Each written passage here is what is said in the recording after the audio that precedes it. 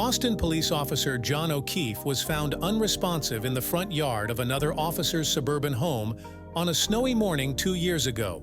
He was pronounced dead shortly after, and his girlfriend, Karen Reed, was charged in his murder. Reed, 44, claimed innocence and alleged a far-reaching conspiracy among law enforcement officers to frame her in the killing. After a 9-week trial and 5 days of deliberations in a Norfolk County courthouse just outside Boston, jurors remained deadlocked.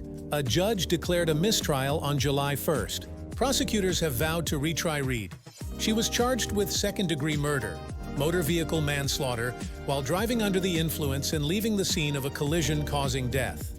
Prosecutors have opposed the defense's request, describing it as legally inappropriate and premised on conjecture and hearsay. The judge has not yet weighed in.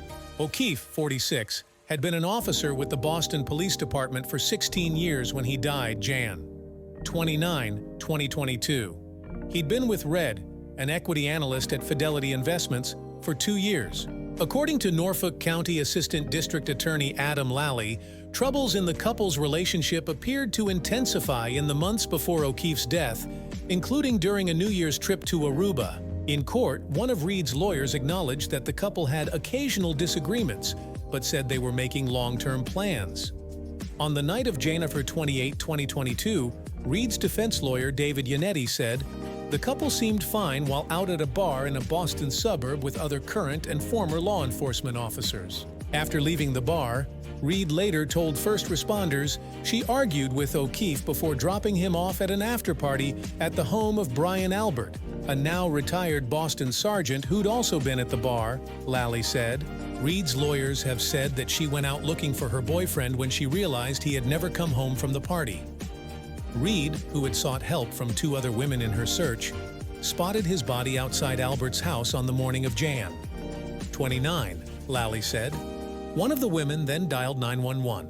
O'Keefe was pronounced dead at 7:50 a.m. at a hospital, the prosecutor said. The medical examiner attributed his cause of death to blunt force trauma to the head and hypothermia.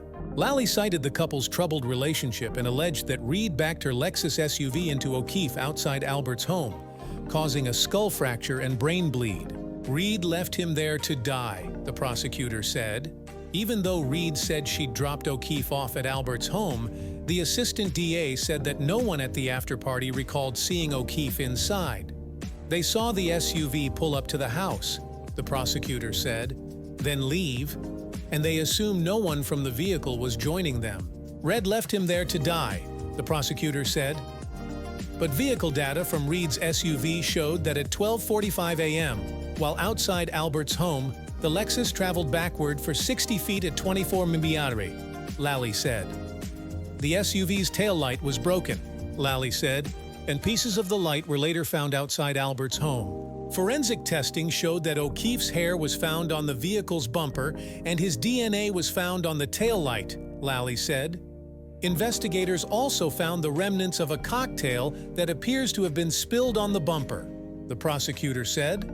O'Keefe was captured on video leaving the bar with a cocktail in his hand, and bits of what the prosecutor described as a drinking glass were found in the SUV's bumper. Reed was charged with second-degree murder, vehicular manslaughter, and other crimes. What do you think about this video? Let us know in the comments. If you want to see more stories like this, make sure you like and subscribe our channel.